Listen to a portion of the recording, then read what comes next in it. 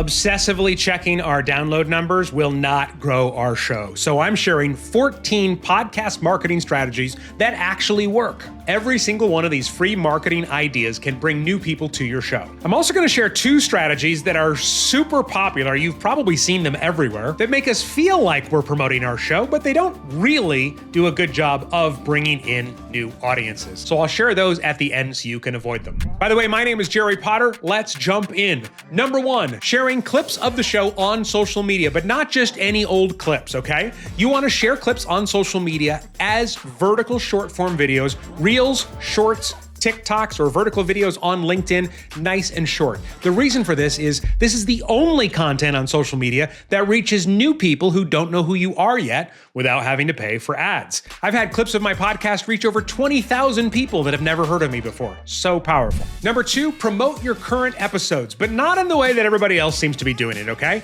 Actually give value. So don't say, hey, I've got this new podcast episode and here's what you'll get in it. Say, hey, here's something valuable, and actually give them something really valuable that's from the episode. And then say, by the way, if you want to go deeper, go check out the full episode. Number 3, promote the episodes before they come out. So most podcasters wait till the episode's out and they say, hey, go listen. But a couple of psychological advantages to promoting it ahead of time. First of all, there's less friction. If somebody sees something from you and says, hey, go check out this podcast episode right now, and they're watching TikToks, that's a huge change in their activity. But if it says, hey, go subscribe now so you don't miss it when it comes out, that's much lower friction. Same thing if you're telling them in an email. So it's a smaller ask when you promote it before it comes out. And because we say, go subscribe or follow so you don't miss it when it comes out, psychologically, that has a deadline versus, oh, there's a new episode out, I'll listen to it someday. So that's another reason why it works better than promoting the episode after it comes out. Number 4, promote older episodes. Too many podcasters make these great episodes and then they never talk about them again. But if you're not a news show, you should be promoting your older episodes all the time, as long as it's good content.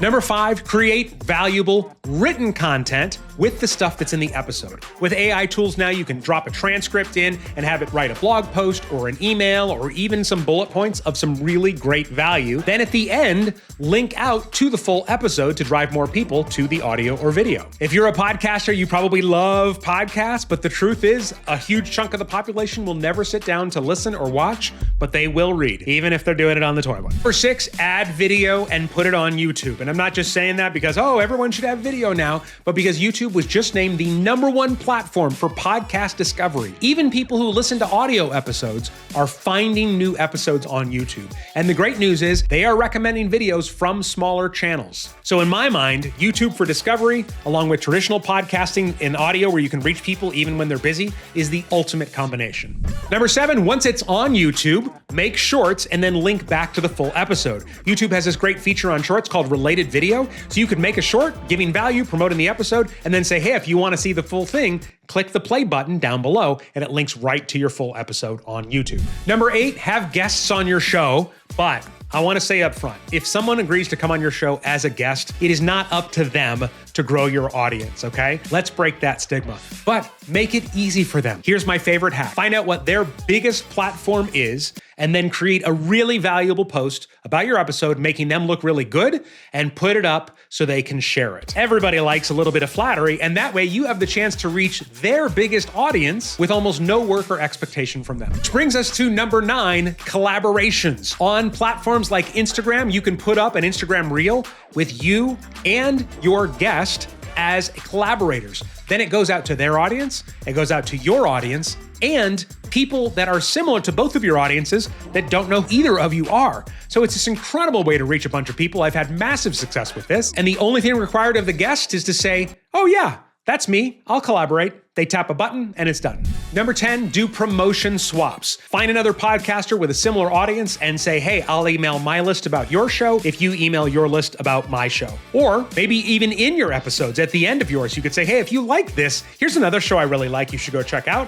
They do the same thing. It doesn't require a whole back and forth interview. It's just a quick promotion swap. Are you getting all these down? Feel free to pause or rewind if you want to revisit any of them. Number 11, drive binge listens. I always say bingers are buyers. customers. The more of your show somebody consumes, the more likely they are to go on and become a client or a customer if you are running the podcast for your business. So in every episode or every chance you get, say, hey, if you liked this, combine it with this other episode for even bigger results or impact. You want to word it in a way where they feel like, wait, there's more potential to be had from this episode I just loved?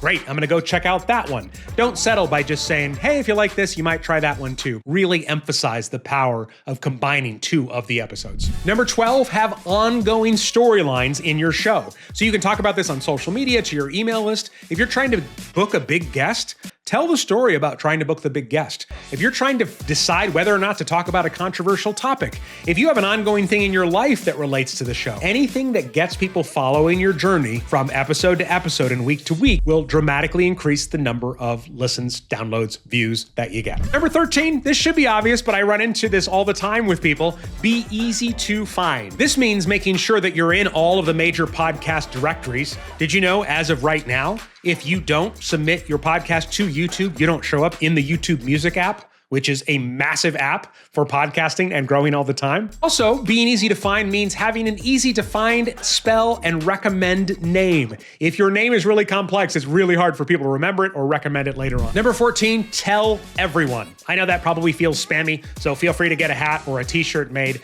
but you created this great thing. Be proud of it. We can't let our own insecurities prevent us from telling people about the show that could potentially help them and their life. Remember, one new listener could easily lead to thousands with the right referral or become your best client ever. So there's 14 marketing strategies for podcasts that actually work. I actually have a full list of 25. And if you want the whole list, get it in a link in the description of this video right now. Okay, 2 strategies that people do all the time that don't work well. Number 1, link dropping in communities. Running all over Facebook and LinkedIn into groups and saying, here's my new episode, here's my new episode. Or some groups have a share your episode thread and waiting for that and then pouncing and trying to get your episode in that list of links.